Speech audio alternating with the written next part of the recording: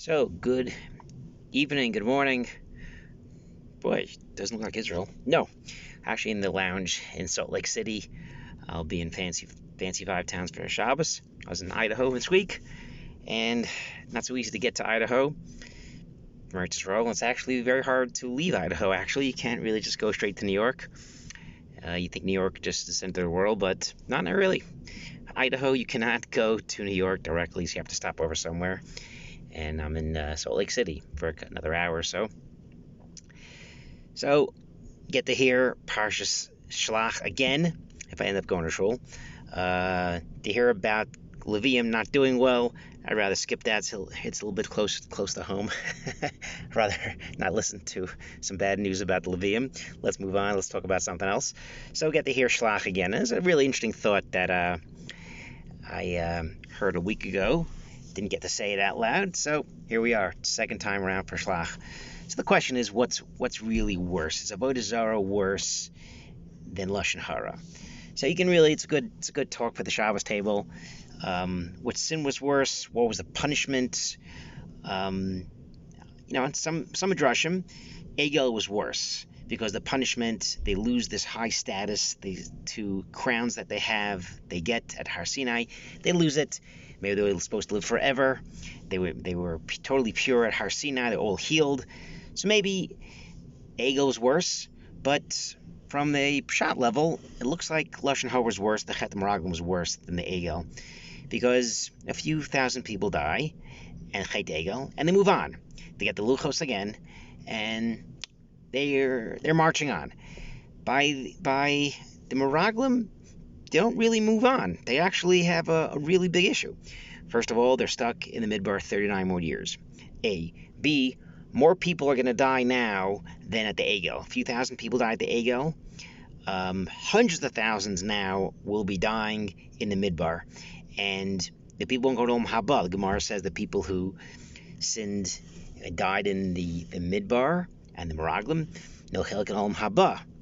The Egel doesn't say that. The people who sin at the Egel, not necessarily. So we can really go back and forth which was worse. So I heard an interesting mahalach that really Meraglim was worse. Chet Egel was not as bad as the Meraglim. So Hartman from London quotes this Maral, which is a very interesting piece. He kind of puts together the Meraglim and Pesach and the Egel with Sukkos.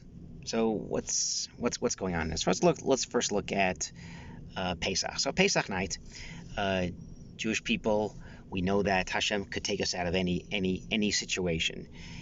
We know that we spend the whole night, almost the whole night, or as long as we can stay up, talking about Siyas Mitzrayim, and the people really now it's part of them, part of their DNA, that Hashem could take them out of anywhere, because they were for hundreds of years in Mitzrayim, no slave ever left, and by leaving Mitzrayim, they literally had this lesson that Hashem could take them anywhere. Nothing was impossible for the Liat of Hashem.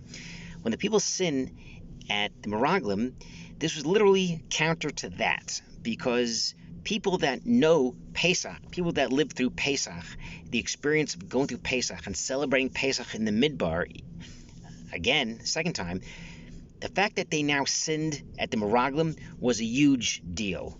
So therefore, the punishment is huge. It's no coincidence that we know that there's an egg at the Seder plate.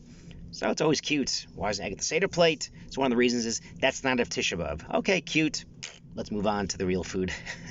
But no, there's a real kesher to that, because Pesach is to show you that Hashem could take you anywhere, and Tisha B'Av is we're crying that Hashem could not take us out of Israel. The other side of the coin is looking at Chet Egel. Chet Egel is that they had no leader. And this corresponds to Sukkot. Sukkot is Hashem takes them in the Midbar. They left Mitzrayim, and now whether Moshe is leading them, whatever the elements are, whether it's raining, whether it's snowing, you have Sukkot in the Midbar. So Tisha B'Av, Shavuos of Tammuz, there was no leader.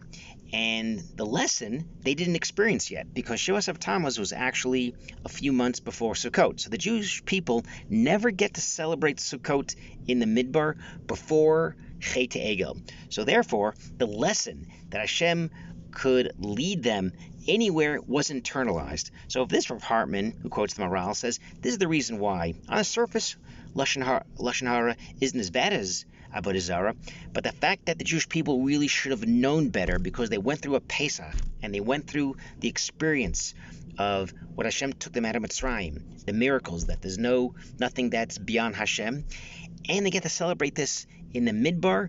Therefore, the sin that they did at Tisha B'Av, Chet Egel, Meraglim, was a lot worse. Shabbat Shalom from hopefully New York, hopefully not Salt Lake City, but hopefully we'll be in fancy 5 towns. Shabbat Shalom.